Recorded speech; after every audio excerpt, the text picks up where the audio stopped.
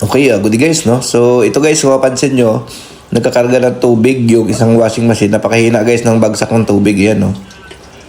Mahina yung pasok ng tubig guys, na malakas naman yung tubig sa gripo. No, so applicable ito sa lahat ng brand ng washing machine, no? Sa kapag na-encounter nyo guys na mahina yung pasok ng tubig sa inyong washing machine, tulad yan, ganyan, parang ihi lang. Ang gagawin nyo guys, linisin nyo yung strainer ng inlet valve, no? So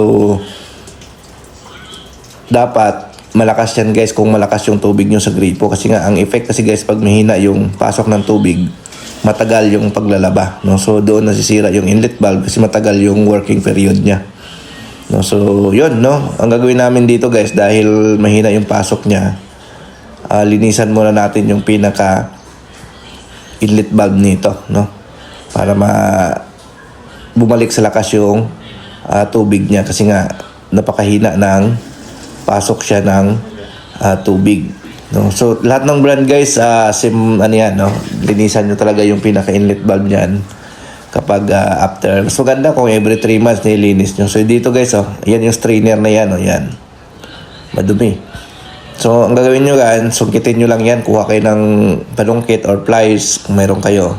Ayan, madumi yan guys.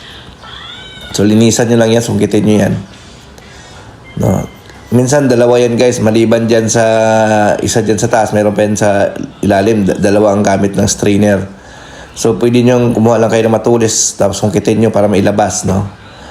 Ayan, tapos linisan nyo siya pag nakuha nyo na. Ayan, strainer yan guys. Maganda kung may pliers kayo guys, hugutin nyo na lang, no, long nose. Pero kung wala, pwede nyo gamit kahit anong matulis, no. Sungkitin nyo lang palabas para matanggal yung pinaka strainer dyan. So wala naman kayong masisira dyan, no. Ganon din kung minsan dalawa ang gamit ng strainer yan. So yan guys, nilinis na natin yan, no? So yan, binalik na natin. So tingnan natin kung lalakas na yung tubig, no? After natin malinisan. Kanina parang ihi lang yung pasok ng tubig.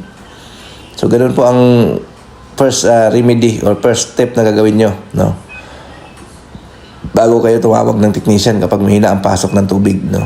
Linisan nyo muna yung strainer ng pagpasok. Ayan guys, tingnan mo, napakalakas ng pasok niya kasi nga malinis na siya. So kanina ang pasok niya parang ihi lang.